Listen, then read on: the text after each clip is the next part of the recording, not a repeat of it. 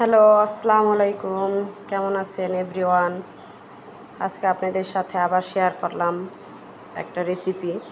এটা হচ্ছে fried rice, সাথে আছে চিলি চিকেন, মিষ্টি আছে, 2 আইটেম ফল আছে, তরমুজ, কলা, তারপর হচ্ছে ফালুদা। আসলে ইফতারের মধ্যে একটু ঠান্ডা না খেলে ভালো লাগে না, তাই সবসময় আমি ফালুদাটা রাখার চেষ্টা করি।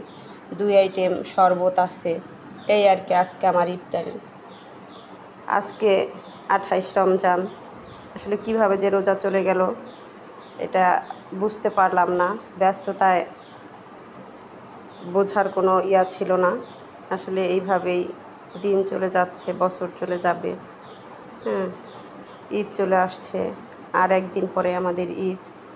এই হচ্ছে আজকে আমার 28 রমজানের রেসিপি।